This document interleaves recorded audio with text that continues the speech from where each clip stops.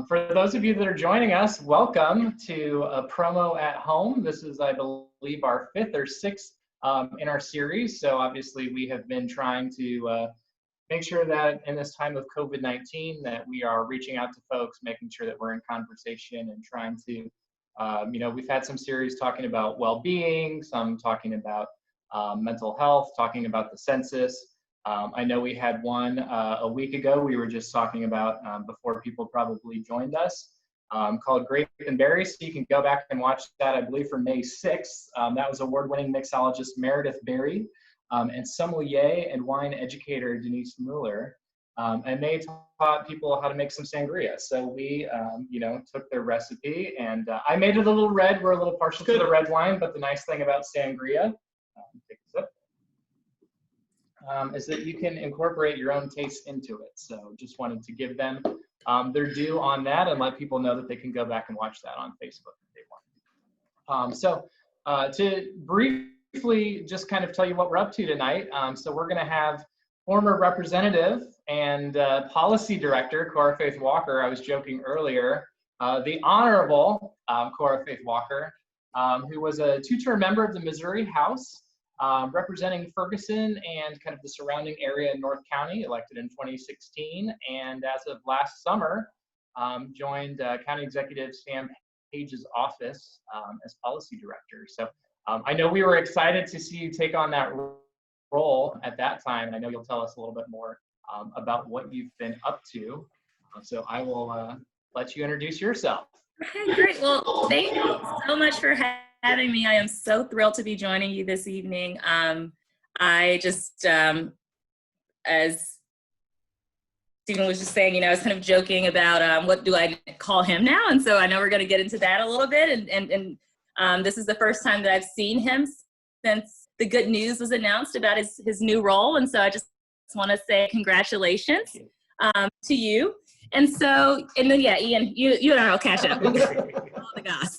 So yeah, just by way of background, as Stephen was saying, my name is Cora Faith Walker. I am the Director of Policy for St. Louis County Executive Dr. Sam Page.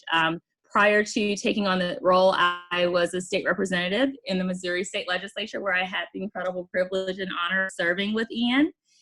Representative Mackey.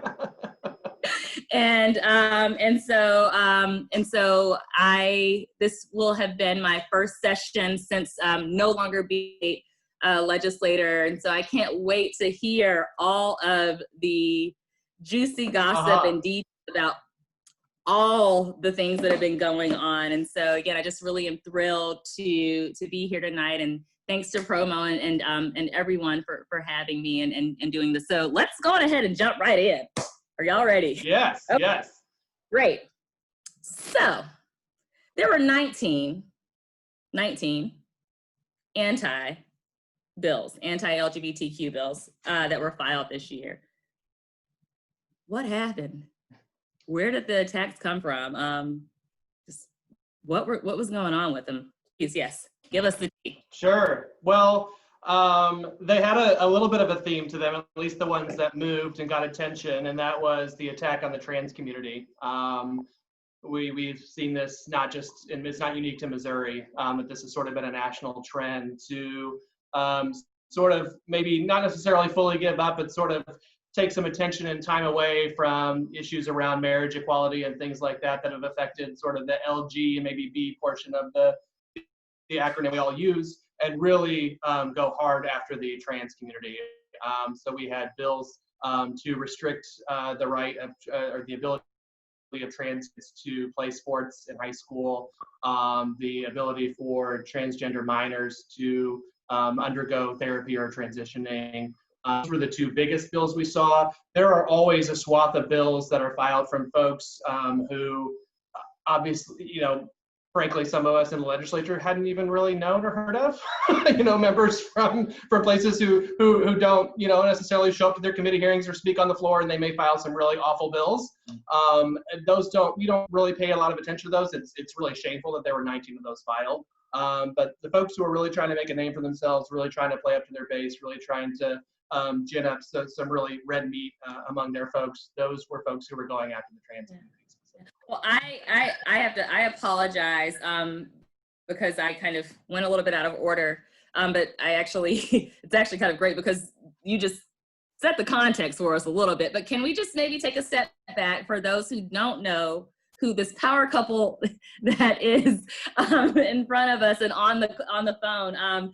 Let's start with you. Why don't you just tell us a little bit about yourself before you turn it over to I'd say the person of the evening. Okay, sure. My name's Ian Mackey. For folks who I don't know, I was elected in 2018 in my first term in the State House, representing a portion of St. Louis County, and definitely had the privilege of serving with Cora for a couple of those years, a little bit of overlap before she joined the administration. We were on a committee together, right? We were on the health committee together, and I loved, Cora did this on the floor sometimes, but I loved it when she did it in committee. We all knew it was time to learn, and I did learn a lot from Cora. And it was time to learn when Cora would say, somebody would present a bill really quickly or rush through something, and Cora knew what was up. Cora knew what was going on. Cora knew what was being hidden, but the rest of us didn't, especially those of us who were new. And Cora would just pause and she would say, or mayor, whatever, for the edification of the body, would you just explain a little bit more about X, Y, or Z? And we always knew when we heard edification of the body, we knew, okay, my ears are on now, my listening ears are on, something's gonna happen. Definitely loved my time with Cora in the legislature, but glad you're doing what you're doing now as well. It's been a great experience serving on the Health Committee, the Judiciary Committee, Children and Families, it's something that I really enjoy doing every day, the constituent outreach, working with folks, trying to help them interact and interface with state government. And I have no opponent in August and no opponent in November. Congratulations. So I hope that I've done enough that folks will not write in somebody to take my spot, and that I'll be re-elected in 2020. And I also look forward to helping so many other candidates across the state who support the issues that we care about and that are in really tough races against folks who are on the other side of them. So do you want to maybe turn it over to your... Yeah, take it away, Stephen. All right. Thank you, Ian, and thank you, Cora, and everybody that's part of this conversation online as well. Just to let folks know, my name's Stephen Eisele. As of last Monday, so I'm in day 8 of the job, took over as executive director of Promo, our state's LGBTQ advocacy organization. I couldn't be more excited about the team that I get to join. I just really want to give a huge shout out to Karis, Samadi, Shira, and Alex. They have really helped me get up to speed as much as one can in 8 days, and certainly the members of the board, all the people that have just been really supportive as I take on this role.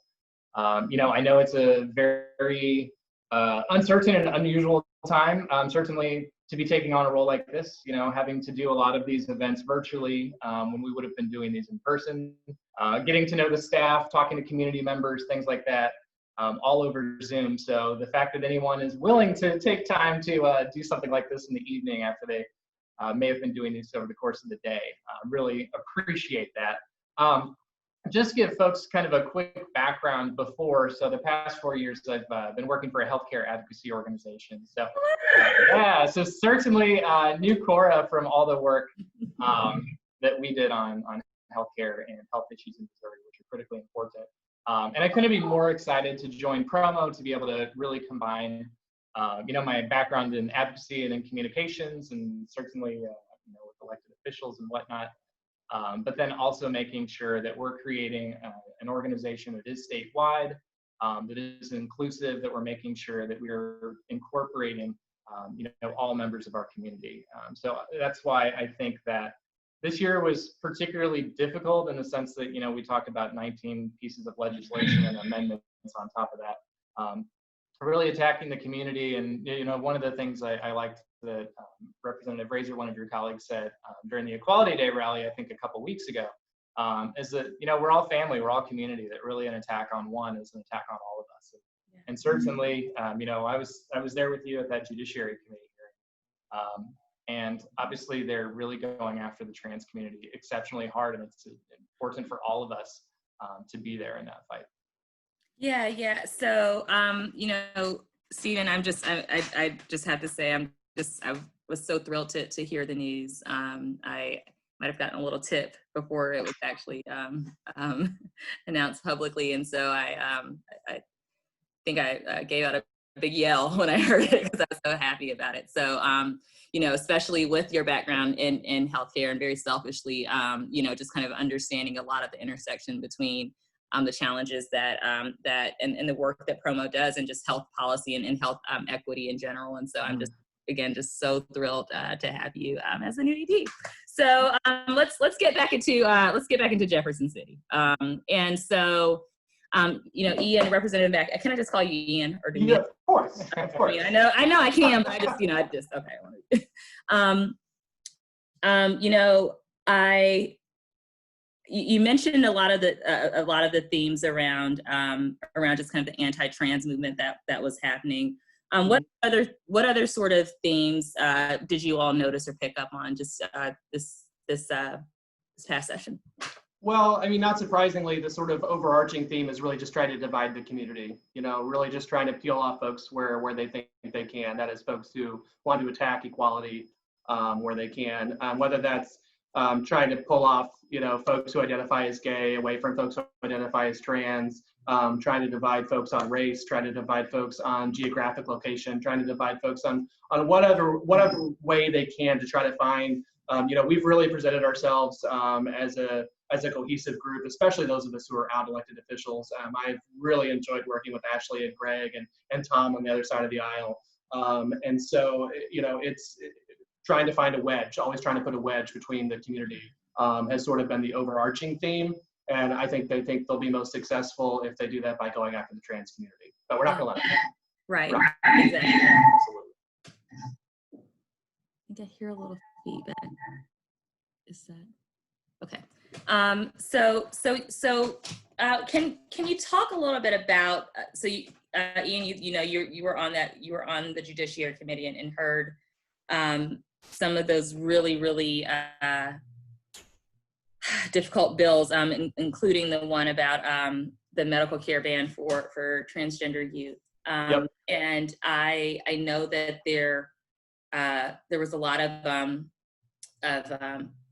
just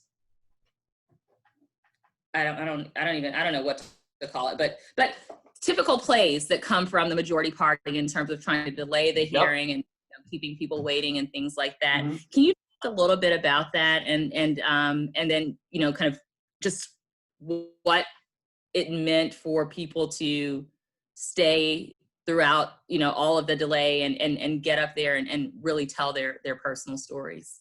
Sure. It was, I think it was the longest night in Jefferson City prior to the COVID crisis.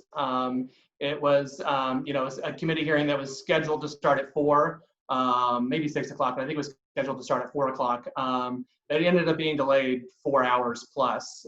So, and it was packed with folks who wanted to testify. You know, lobbyists always show up to committee hearings. Lobbyists always want to see. Activists got down there quickly. They filled up the room. There were folks sitting on the floor. There were folks standing. The doors were wide open. There were folks spilling over to the hallway.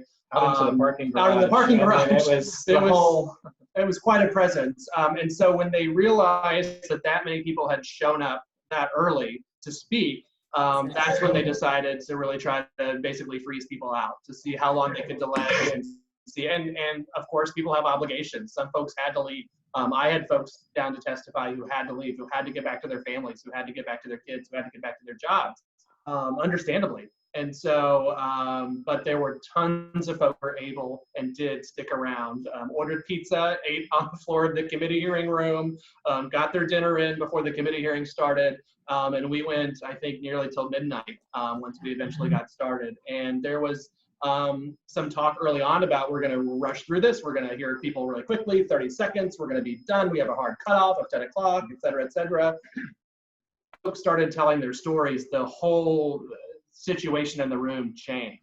And whether it was the chair, whether it was other members, whether it was the speaker who was aware of what was going on, folks made the decision that they were uncomfortable silencing people. They were uncomfortable telling folks that they couldn't tell their story. These stories were so powerful and so personal and so factual that no one was on the other side was willing to step up and tell these folks that they couldn't be heard. And that was probably the most, I mean, I've only been in Jeff City for 2 years, but that was the most powerful night that I've ever experienced in my short time as an elected official. Yeah, and I couldn't agree more. I mean, I was there in the audience watching, and testament to Promo, ACLU, and other organizations that got people there.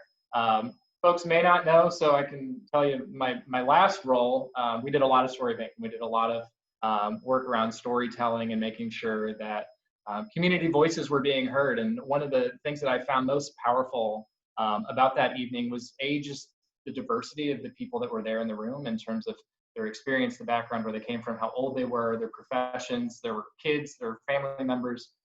It was really moving, and I just thought, I'm here in my 30s at this committee hearing, and those are intimidating places to be oftentimes. You have legislators, you both know, sometimes aren't paying attention. They're on their phones, they're walking in and out of the room, things like that. I certainly feel like it takes courage for me to be in front of a committee like that and have to give testimony about my life, my existence, my experience. But to hear 8, 10, 12-year-old kids going up there, just the courage and the power that comes from that. I saw, I don't know if you could even see from your vantage point, but there were other legislators out in the parking lot. There were out in the hallways. There were people that were not part of that committee that were watching what was going on and taking note of what happened that night. So really a testament. I appreciate. I'm sorry, I've got a little. We've got an echo, but okay, I think we're okay. But Stephen, when you were mentioning story banking, I know that we did a lot of story banking and work around Medicaid expansion, which I'm sure we're going to get to a little bit. But and you mentioned just some of the legislators that you observed that stuck around and were interested in hearing the stories. Ian, can you tell us? Do you know, or were you able to talk to anyone or get any sort of idea from any of your colleagues about what the impact of those stories were on them and the ways that they might have viewed? It changed hearts and minds. Obviously, I think it was folks who were open to having their hearts and minds changed. I don't think we changed the bill sponsors' minds necessarily, but there were folks on the committee who had never talked to a trans person, who had never met a trans person, who had never heard a trans kid's mom or dad or loved one tell their story. And so to have it happen over the course of 3 hours, time and time again, in person, it certainly brought folks from a place of apathy, from maybe falling in line with the party. What are trans folks? Who are trans folks? I don't know. I don't care. My party's going this way. I'm going this way. Taking them from that point to, okay, these are real people who are not interested in politics, who are not out to get me or my position, but who are just trying to live their lives and have the government coming down on them. And I talked to some folks who I'm friends with on the other side of the aisle who saw it from that vantage point and said, I'm a conservative, and this is about the biggest government overreach I could possibly think of. And especially when you frame it in terms of parental rights. Folks on the other side are constantly clamoring about parental rights and the right of, what we're going to teach kids in school or not teach kids, et cetera, et cetera. And so, to see some of my friends on the other side of the aisle hold some consistency on that point was good. That was a great moment, and it would not have happened without that in-person committee hearing. I don't think that's something that telephone calls and emails can't really translate. Right. And you mentioned the bill sponsor, and I'm sorry, I don't know this off of the top of my head. So for my own edification, could you remind us who the bill sponsor was for at least the one the bill for that specific hearing? I think I remember, but could you? So there were 2 different bills that were really similarly worded, and they were both heard at the same time. One from Adam Schnelting, who's a representative from St. Charles, and one from Susie Pollock, who is a representative from Lake of the Ozarks or Lebanon or somewhere down there. All right, just making a little list here. Yep. Great. So thank you all again for just for sharing that. I want to talk about Mona now for a little bit. So that came up again. And I know that there was a lot of really, really important work that went into kind of getting ready for this session for Mona.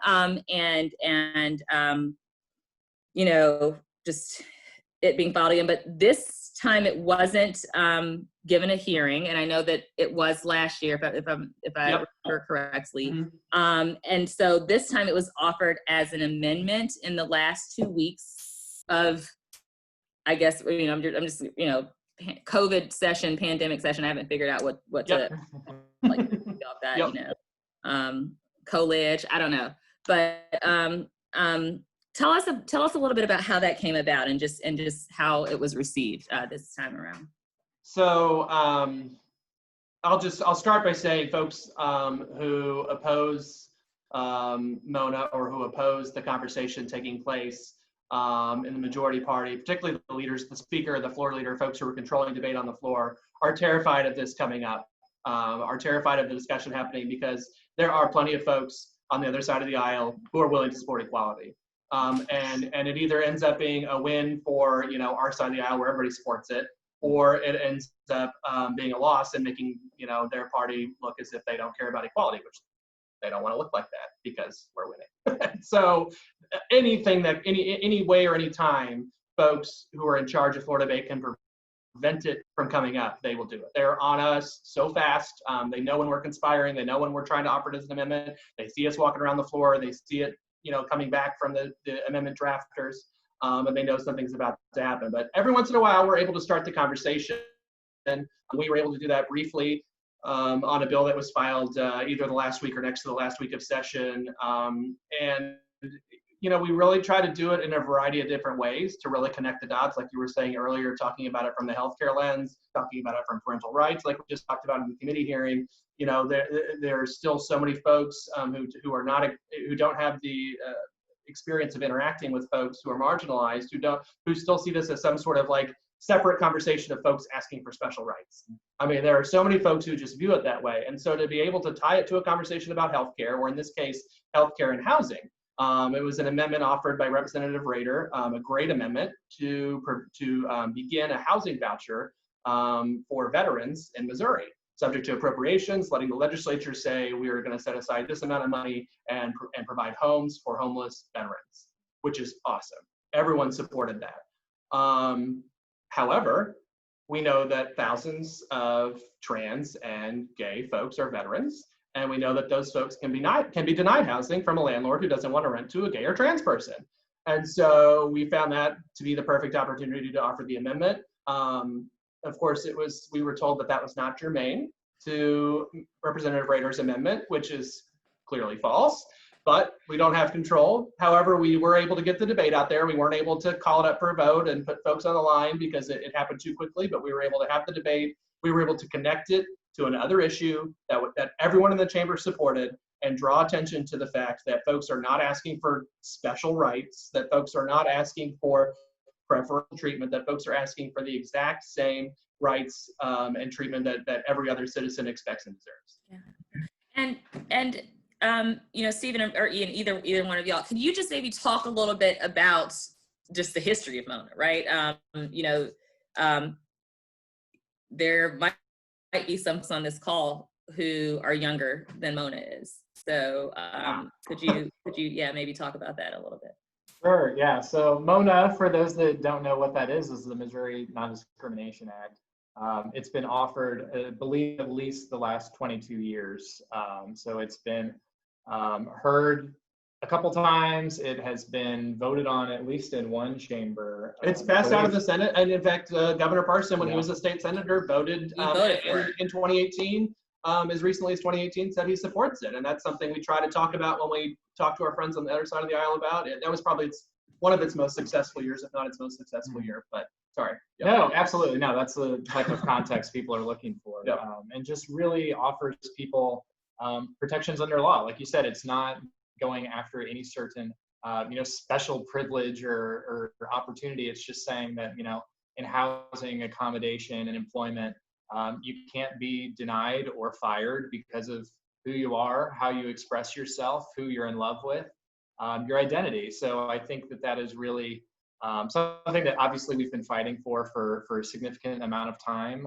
One of the challenges I think we have sometimes in a state like Missouri is, we have term limits, we have people that come and go. So we have, people that are against us all the time that term out, but we also have champions of ours that term out. So, you know, we are always having to really educate, inform, tell stories, share our experiences, and letting people know why this is so important to our community and why it's something that, you know, we are fighting for each and every year. You know, now that legislative session ended at 6 o'clock last week, you know, we're already having the conversations about, you know, what did we learn? You know, obviously this was a very unique circumstance where you all left, I think, in the beginning of March early, and then came back for a week, left, and then came back again for the final 3 weeks. So, you know, what are ways in which we can, you know, activate people to have conversations over the course of the summer and the fall? Of course, there are elections that are going to be happening in the fall, so people should definitely be paying attention to, you know, what candidates are saying, and, you know, if they're not saying, ask them. You know, pick up the phone, tweet at them, email them, you know, do whatever it takes. If there is an event that's safe to go to, hopefully at some point, you know, there might be opportunities for that, but really making sure that people are on the record for this. You know, I'll give a pitch, I think, towards the end. Promo also has a promo pack that people can get involved with, and, you know, people fill out surveys to us, and then, you know, we have candidates that we support that are champions for issues like MONA. Great.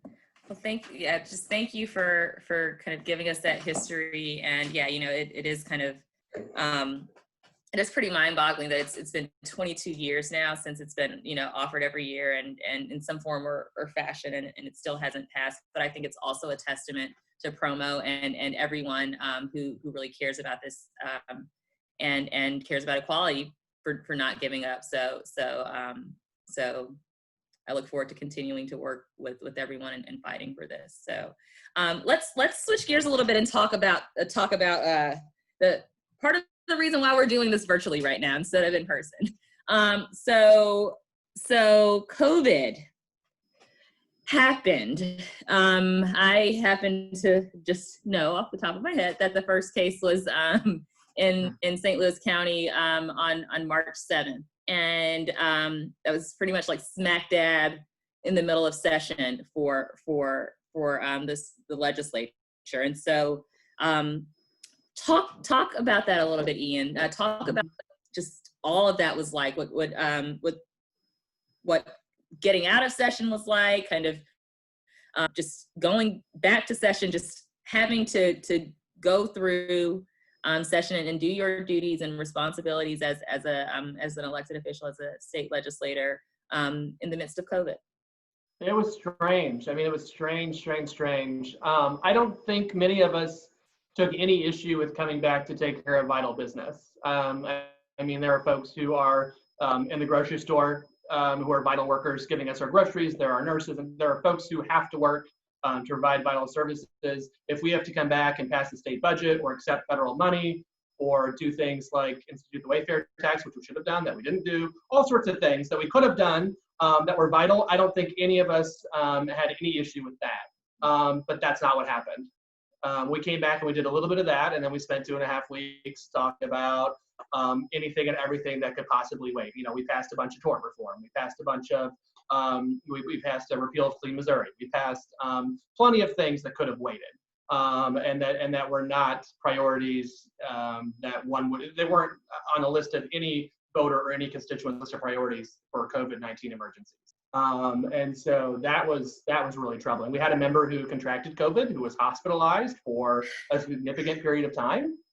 So, you know, it really hit home for folks in the chamber to realize that somebody they work with every day, frankly, nearly died from COVID-19. Thankfully, he's recovered now. He's better and all fine. But it was not lost on anybody, I think, on either side of the aisle, that folks were putting their lives and their families' lives at risk by being there to talk about issues that really, outside of the budget and a couple of other things, maybe really shouldn't have been addressed. And I saw a question in the side chat about whether or not any of the 19 bad bills passed, and no. And you know, that's, I guess, you know, in part because we were away for so long. But just because there's, and I will say, we're still, the bills we passed were several hundred pages long. We're still reading through them. not to sound too much like Nancy Pelosi and Obamacare, but we're still trying to figure out what's in what we passed. So, Yeah. we caught a couple of things late. So there were a couple of bills that passed late that had some anti-trans language in them. We were able to identify it. They were not anti-trans or anti-gay related bills, but they had some language in them that would have adversely affected the trans community. Thanks to some of our allies, including Promo and others, we were able to identify that language. We were able to work mostly behind the scenes and with some folks on the other side of the aisle and get that removed. So the work happens all day, every day. It doesn't just happen with, bill number 200 being filed and getting a committee hearing and then moving to the floor and then being voted on. There's so much else that's going on every minute of every day that we're staying on top of. But one thing about having the COVID crisis impact the state legislature is that, hopefully we're done for at least a while, and hopefully we won't be back. And if we are back, hopefully it won't be to disenfranchise Missouri. Yeah, and one of the things that I thought was just really just kind of a staggering sort of a representation or reality of just what the impact of COVID means for the legislative process, and what typically involves, like you were saying, before COVID, in your hearing where you had all the people and the activists who came down to testify, versus after COVID and a lot of the social distancing measures were put in place, is that you didn't have public coming to testify and provide information. And so you mentioned Clean Missouri. Could you talk a little bit about what happened with that, and just even the impact that COVID had on the Clean? Sure. So Clean Missouri, I think most folks know, was the Amendment 1 question posed to voters in 2018 that provided for a nonpartisan demographer to fairly draw our district lines. Right now we're in a process that's incredibly partisan and that chops up district lines in a really partisan way. It's something historically that both parties have done. Don't get me wrong, we happen to be in a state that's controlled by Republicans, so Republicans are doing it in Missouri. In plenty of other states that are controlled by Democrats, it happens there too. Voters in Missouri decided, forget which party's in charge, I don't care, don't worry about that. We want a nonpartisan process where somebody who understands maps and understands populations and understands the things that go into drawing districts can fairly draw districts that are competitive, that allow folks an opportunity for their vote to really matter and to really decide the outcome of an election between a Democrat and a Republican running for the state legislature. Obviously, folks who are in charge and who have been successful in drawing partisan districts didn't like that, and despite the fact that almost by a 2-to-1 margin, Missourians 2 years ago said they wanted this, the Republican Party in Jefferson City is going to put another question to voters this year, either in August or November, to undo Clean Missouri and to go back to the partisan map process that we had prior to Clean Missouri taking place. It's incredible that folks, including the bill handler, are willing to brush aside a wide swath. Yeah. I recall that. 68% of Representative Flocker's constituents voted for Clean Missouri. So it's really incredible that folks are that sure that their voters got something wrong, that they're willing to go through with this. But we will defend Clean Missouri. We being folks on both sides who voted and supported for it. There were plenty of Republicans elected and former elected. Senator Schaaf, while he was in office, was supporting it. Republican senator from St. Joe. There are plenty of folks. Senator Danforth wrote an article in the Post-Dispatch very recently still supporting Clean Missouri and opposing the redo of the undoing of Clean Missouri. And so we will certainly have a broad bipartisan coalition, I hope and expect, that will defend Clean Missouri in the 2020 election. Yeah, well, it certainly wasn't surprising to me, just having been in the legislature when they overturned the raise in the minimum wage after at least St. Louis voters and folks in St. Louis voted to raise it, but it was just the stark sort of and the blatant sort of disrespect for the will of the people was something that just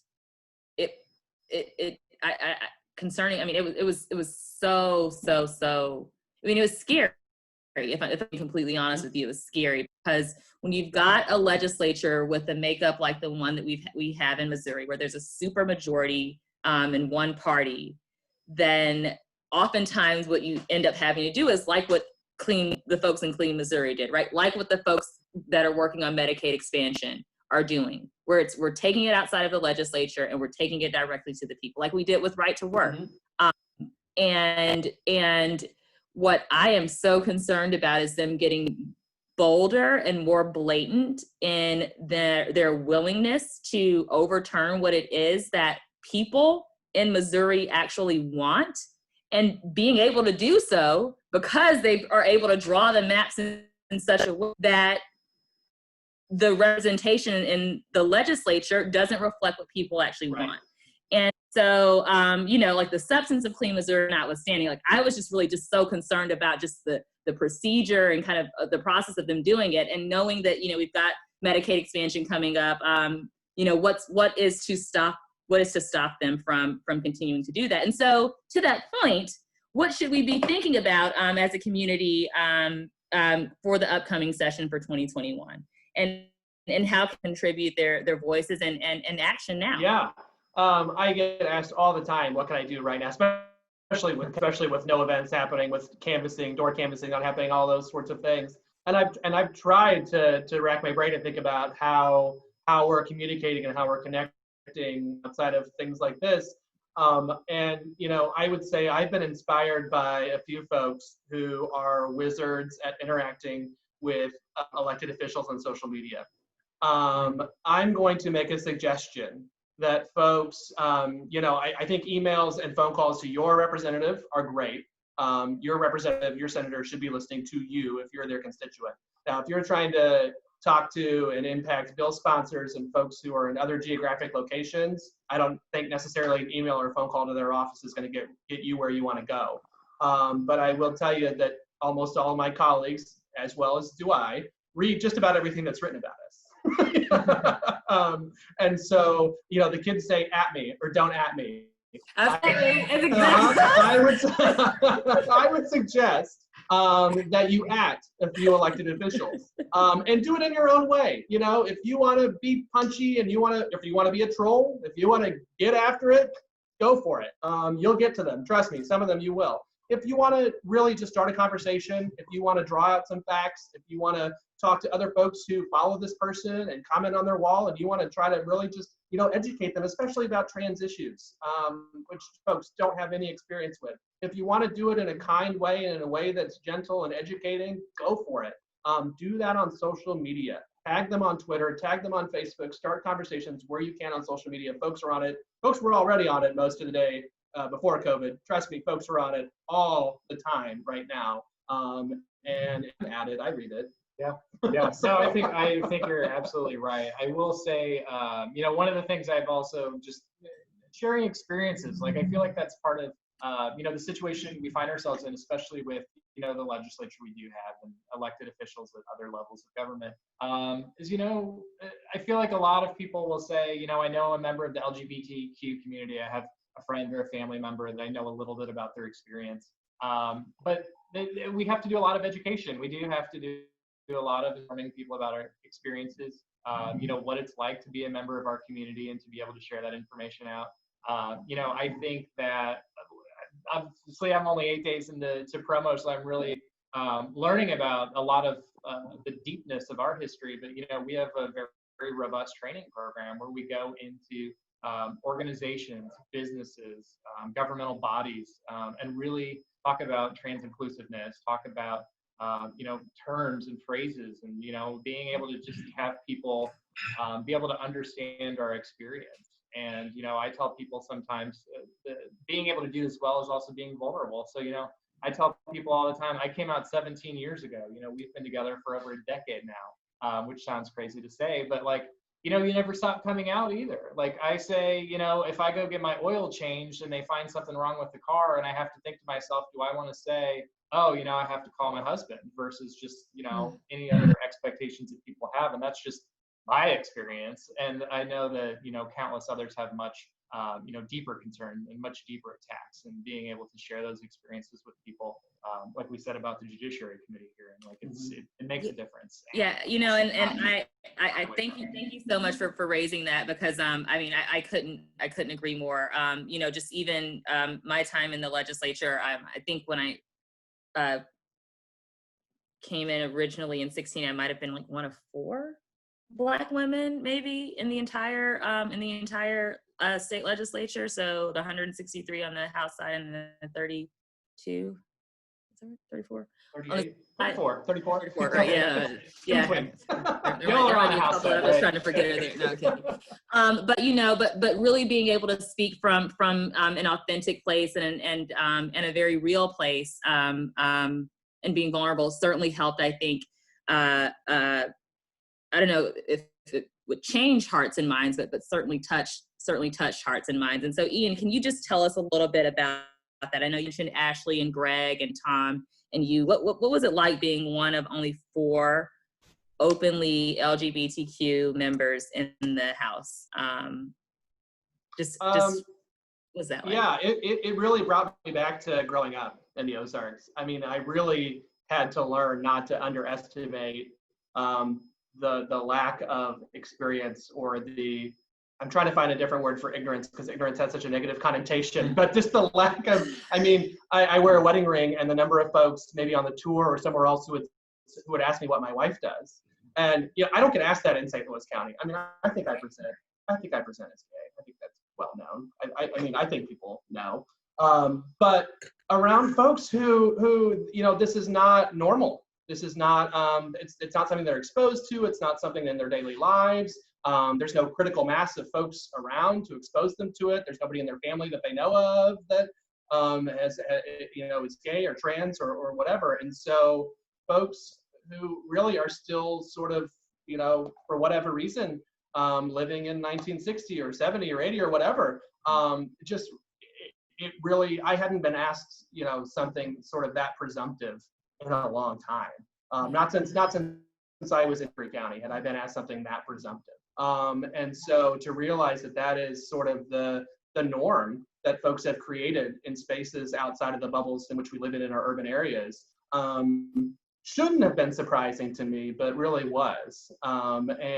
I'll say I've had great experiences with a lot of those folks who did ask me those questions. I've had great talks and formed great relationships with folks from every corner of the state that I work with, and that I am proud to call my colleagues on both sides of the aisle. And I see, they changed my hearts and minds on things like pit bulls. I changed my mind on pit bulls. I was against the pit bulls for a long time, and I had pit bull lobby, man. Good grief. It was not even the lobbyists. It was really folks, some on our side of the aisle, but a lot on the other side of the aisle too, who really, we can change our minds. It's okay. It's all right to be exposed to something new, and to think about something in a different way, and to not be afraid to listen to somebody who's got more experience on a particular issue. This issue, it feels so big to us because it's our lives. It's frankly not a big issue to a lot of people. It's just not. And so, trying to express the magnitude of it is, I think, probably the biggest challenge. Yeah, I really appreciate that, and I don't know. Welcome to the Pit Bull Caucus. I don't know if the caucus or not. But you mentioned and talked about just kind of growing up in Hickory County and just kind of the difference between that and maybe being in St. Louis. Stephen, can you or you and Ian both, just talk about what it was like campaigning for Ian for office in St. Louis County? What was that experience like? Yeah, I will say, when we started having the conversation and Ian started having the conversation about wanting to run for office and, what it would mean to really put yourself out there as a public official, and knowing that, people are going to scrutinize your background, your experience, our relationship, things like that. But I have to say, I think we're lucky to live where we do. We both grew up outside of the St. Louis area. I grew up in Lincoln County. My folks are still up in Pike County. I hope they're watching. If so, hi, Mom and Dad. But I grew up in a place where there was one person I think that was out in the 4 years that I went to high school. And I was terrified of that. You know, I purposely avoided events where I felt like, you know, I would out myself or things like that, or where it would come up. And I know one of the things I took such particular issue with this legislative session was the attacks on trans athletes. I tell people all the time, you know, I think what helped me get through high school was the fact that I played sports, and, you know, I had the camaraderie, and it gave me an excuse to, you know, do other things at the end of the day, at the end of the school day, and I got really involved with that stuff. And I'd say it gave me an outlet. So the fact that we would deny kids the ability to compete, to be part of a team, to develop skills that, you know, over the course of their lives will be put to good use, I think is truly just terrible. And I think that I certainly want to have more conversations with legislators about that. But back to your point about, so, you know, when I came out to family members, I remember we would have the conversation about, you know, you're interested in politics, but you know, maybe that's not the best path. You know, maybe that's not an opportunity or a place you can go. And, you know, we had frank conversations about that. And I have truly supportive family, so I'm really thankful and grateful and lucky for that as well. So when we started doing like door knocking and making phone calls, and, you know, we didn't want to shy away. I certainly didn't want to shy away as a spouse to say, you know, I'm here knocking on your door, and my husband Ian is running for office here. And I would say I can probably remember less than 5 times when someone either, you know, shut the door, or, you know, they kind of peered through, they kind of peered through the, you know, the window. You know, I remember one gentleman in particular that it was a giant house in one of the other neighborhoods that we don't live in, but, you know, answered the door, and I think I started with a similar opening and said, you know, the #1 issue to me is trans kids using bathrooms. And it was the bathroom bill all over again. And I just remember saying, okay, you're trying to connect the dots here about, you know, our relationship, our membership in the LGBT, you know, family. And I think that I remember a couple of those instances, but I have to say, for every one time that happened, there were probably 5 or 10 times where someone would say, that's amazing. Like, I'm excited that we have like a candidate that is out and running, one that is not shying away. You know, we had a lit piece that, you know, had both of us and our dog, who was wandering around somewhere on the floor around us, you know, in the literature. And I think that I was amazed at the progress as a community, as a society, we've made it in the last plus year. You know, I know people have had much longer experiences than that, but I was excited to see the progress that we've made, but it also makes me understand, you know, where we are in the history and the context, and, you know, what work we still have to do. And I want to be an ally to others to help, you know, share that experience. So speaking of experiences and long experiences, like you said, you've been ED for days now. So how's it been going? It's great. I mean, like I said at the top, what have you been learning, and what are you most excited about? Yeah, absolutely. So fantastic team that I'm joining. I said that before. The board has been exceptional. Steph, the outgoing executive director, we knew each other at Missouri State. We've known each other for 16 years. So we actually went to Missouri State University together. We were both in the Bisexual Gay and Lesbian Alliance at that time. I think Steph was running the organization. I was our student government representative. So have obviously tracked his progress, the organization's progress, you know, since that time. It's such an incredible organization. I'm so privileged and excited to be a part of it. In terms of what I've been up to, clearly, you know, it's getting to know all the ins and outs of what we've been doing, trying to make sure that we're connecting as much as possible to folks. So, you know, events like this, where we're just trying to have that connection with each other, where we can't be in person together. You know, I started on Monday, that Saturday before, with Urban Air, which we have all been to Urban Air before. I will say it's one of the most fun events of the year. I know. So, you know, how do we think through, you know, if we can't have events like Urban Air, if we can't have events like the brunch, even though we're still, you know, putting those plans in place as if we can, but if we can't, you know, we have this promo at home series. So we've had 5 or 6 already. We've got one tonight. We've got another one, I think, coming up next week. And then during Pride Month, so June, when we would traditionally be at, celebrating our shared history, you know, getting together, being able to celebrate And remember, obviously, we're going to be creating Promo at Home series. We were having a conversation again today just about, what are the things we can do to talk about our history, to talk about movements and bringing together folks from other identities, communities. How can we learn from each other and be in partnership with each other? And then having some fun events as well. And what does it mean to celebrate in this time of COVID? Yeah. If we can't be together, we can still be connected. And then I will say I've also been trying to reach out to other community groups, other organizations, other movement or community leaders. So anyone on this call, if I've talked to you already, you've given me so much information and insight and encouragement and inspiration already. If we haven't connected yet, please reach out to me. You can find me on Facebook. Stephen@promoonline.org is my email. I definitely want to be connected to people and learn from people. I tell people I'm an introvert. I like to listen. I like to be the quiet one. So am I. I'm an introvert too. Puts me outside of my box a little bit. But I really want to listen to the needs of the community, hear what people's experiences are, and understand. I've told as many people as I can already. I want to be able to champion our issue when I can and where I can, and be able to open doors that may not be open to others. And then I also want to know when I need to shut the hell up and let others speak, and make sure that others, are able to talk about their experience and share what I can't. So I would say I'm 8 days in, super excited. I can't wait to see what we're up to in the next days, weeks, months, years ahead. Again, I am so thrilled. I hate that we couldn't be celebrating like at Urban Air, the new move for you, but I really am just so incredibly happy for you, and I know that you're going to do an incredible job, and so very proud of you for taking this role. Yeah. So let's. I know that we're. We got about 7 minutes. We got a little time.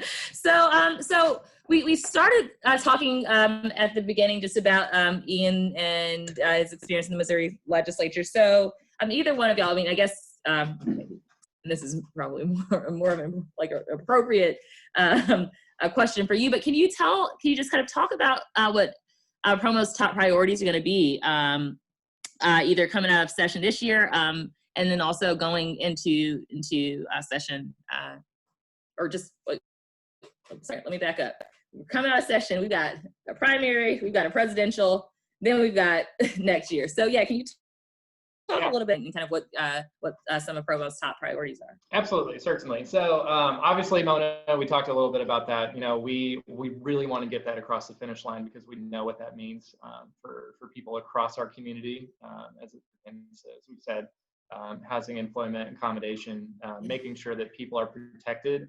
in their home state. This is our home. Like we want to be protected where we are. So we're going to continue that push going forward. I think that as I said before, we kind of do a debrief about legislative session, what bills moved and which ones didn't. I think that was one of the things that was really frustrating for us this year, is just a lot of times we'll see one bill, get a hearing, and maybe they'll get a vote and it'll go to the floor. But the fact that there were multiple bills that moved this year, really getting a sense of who was sponsoring those, what was the idea behind them, how can we reach out to those folks and let them know about the damage and the repercussions of those bills. So I think it's being able to track what happened and analyzing that and looking at, who are some of the champions that we need to, keep motivated and inspired in celebrating for us and moving for us what we can. I think it's also taking the time to reconnect, to let people know what those opportunities are in terms of reaching out. I think Ian gave great advice in terms of how to reach out to elected officials. You can't be face-to-face with them. Social media is it's such a tool. I mean, that's what we're using right now to connect with each other. And we need to keep doing that moving forward. As I said, Pride is, a lot of those have been postponed to August, and maybe postponed to 2021. So I would be curious to hear your perspective as a someone working in health at the county level, what news you have for us about what we should be planning in terms of that and timeline and things like that. But we have the Promo at Home series to connect people. I want people to reach out to me and let them know how I can be a good leader for this organization and making sure that we're doing the right things. Our training program is certainly up and running, and we're talking about how we can move some of those things into the virtual space to making sure we're still doing that work going forward. So there's a lot of different things, but I would also encourage people, as they can, reach out to those that are running for us. A lot of the people in this state are elected in August. They face primary elections, but then, coast on to November. So the number of truly competitive seats in November are much fewer than the ones in August. So, the ability to get out in front of people and talk about your experience, get them on the record on our issues, and making sure that they're being engaged in that conversation so that, when they are elected, they're not hearing from us for the first time. They're hearing from us before that. So we're doing some of that education piece up, not down the road. So making sure that when they think about pre-filing bills, we can, pre-file MONA, but then also, bills about conversion therapy, and bills about mental health. There's certainly a lot that can be done in the healthcare sphere for people in our community that are disproportionately impacted by all kinds of different mental health disorders, substance use disorders, things like that. So there's a lot of different ways in which we can do that education on the front end, which I'm excited about. Yeah, well, thank you. I'm just so thrilled that you're at the helm, and really looking forward to continuing to work with you. And for that other thing, y'all just at me. Okay. So you mentioned, and I'm going to get ready to close out here. You mentioned a couple of, or the fact that you've got a couple of the Promo at Home events coming up, and then you're kind of trying to figure out what to do for June and Pride Month. So can you just maybe preview that just a little bit, just kind of give us a couple of little teasers, if you will? Yeah, absolutely. So we've got a handful of different things in the works. I know we've got a yoga, so being able to kind of practice mindfulness and well-being, and a lot of people, I don't know how many articles I've read, you know this better than anybody else, Cora, but just that we're experiencing really shared trauma as a globe, not just, it's our communities, but as a globe, and that we are all facing tension, anxiety, what it means to, people that we love that have been affected, by COVID-19. And certainly we've all had to adjust our lives to be safe and be healthy and do the right things for our community. I would say we're also trying to plan, as I said, some things around LGBTQ history. For the younger folks that may be newer to the movement and newer to advocacy, welcome. Thank you for joining us. Your voices are incredibly powerful. And if that testimony was anything, you can never be too young to have an impact. So doing a little bit of work on that end, but then also trying to plan some fun events. So, there may be some baking, there may be some floral arrangement, there may be some other things that are kind of fun and exciting to get people involved, and making sure that we're sharing that connection and opening up to new people that may not be a part of these in the past. I did want to note just a couple things, because I know I got a couple of questions from folks that were a part of this before we close up. So I know that there was a question about how are we supporting LGBTQ owned and supported businesses. Certainly businesses are feeling the entire weight of both the health impact and the economic impact of COVID-19. There is a National LGBT Chamber of Commerce and the Mid-America LGBT Chamber of Commerce. And I would say those are excellent resources for folks on the Promo page. We have resources as well. The dog has now made an appearance on the couch. I don't know if anybody can see him, he's below me. There he is, he makes his presence known. He's letting us know it's time to wrap, I guess, too. So I would also say that if you are a business owner or know someone that's being impacted and want to do some promotion, we're also trying to think through ways over the course of Pride. We have a lot of great businesses and community organizations that sponsor and help out and share things with Urban Air. And we want to be able to feature that and and talk about your experiences, how we can, drive some business your direction and make sure that we're taking care of each other. So I wanted to mention that. Someone asked about kind of proactively identifying legislation in advance. So obviously, legislators are able to pre-file in December, so that gives us a little bit of a sneak peek.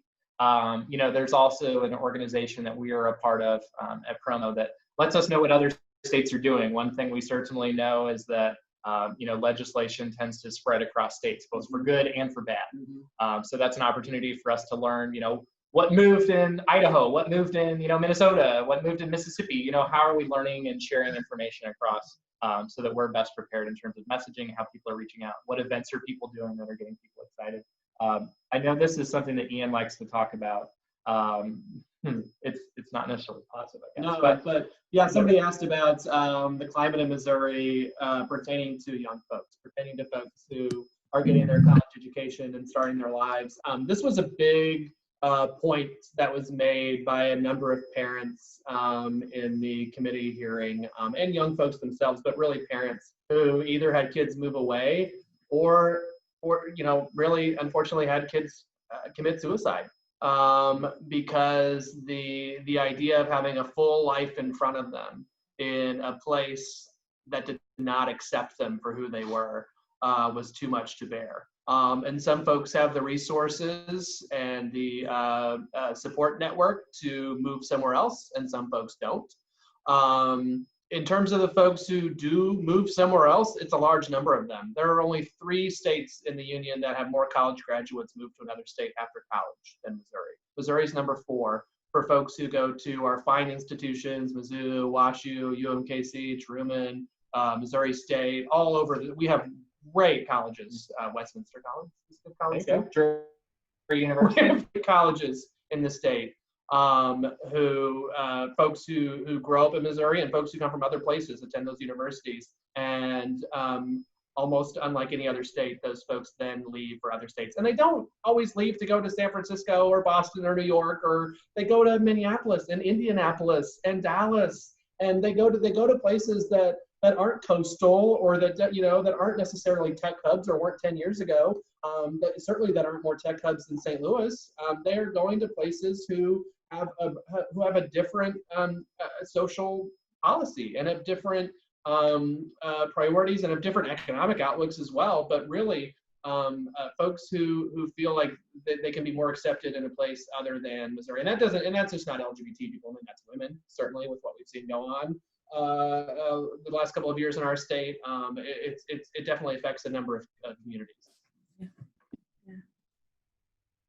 Well, I have to say that knowing that we've got folks like you, Ian, in the legislature, and you, Stephen, really kind of leading a wonderful organization like Promote, it does give me hope for the future of the state of Missouri, and I just I really look forward to continuing to work with y'all. And same here. Learn from the best. And fight with you too. So not with you, but like with me. So I think we probably can go on ahead and wrap it up. Stephen, has the new 8-day now ED, do you want words before we go? And also maybe I want to take a picture. Thank you, Cora, for leading us in conversation and imparting your wisdom upon us and sharing your experience as well. I'm so happy we're able to do events like this. Obviously I said I wish we could do these in person, but I think this does still offer us some connection. We still get to share some information that is hopefully new for some folks, and getting people plugged into the community, ways in which they can get involved. So certainly, if you're following us on Facebook Live, you're hopefully also following us on Promo, so make sure to hit the like button on there. Certainly follow us on Facebook and Twitter. We also have an Instagram account. We're going to be having Promo at Home, so make sure that you're also following our emails. Obviously we put them up on Facebook, but the email is probably the best way to keep in touch with what we're up to. So we obviously during sessions and legislative updates, we let people know what's coming down the road and how they can get involved. And that will include things over the course of the summer as well. Maybe ways in which they can get involved in our various training programs. Maybe you're a part of an organization that you want us to come help out. So, we'd love to hear from you. As I said, I'm really seeing myself on a listening and learning tour here at the beginning, and certainly I want to do that throughout, but I want to hear from folks. What's your experience? What do you like? What do you need? How can I be supportive? How can Promo be supportive? Reach out to us, reach out to me, my contact information. Again, Stephen at promoonline.org. Let's reach out. Let's have a virtual chat. I'm on Zoom most of the day and happy to make time to talk to folks and learn from folks. Great. Well, thank you. And everyone have a great night and be safe. Thank you, Cora. Thank you. Bye. Thank you so much.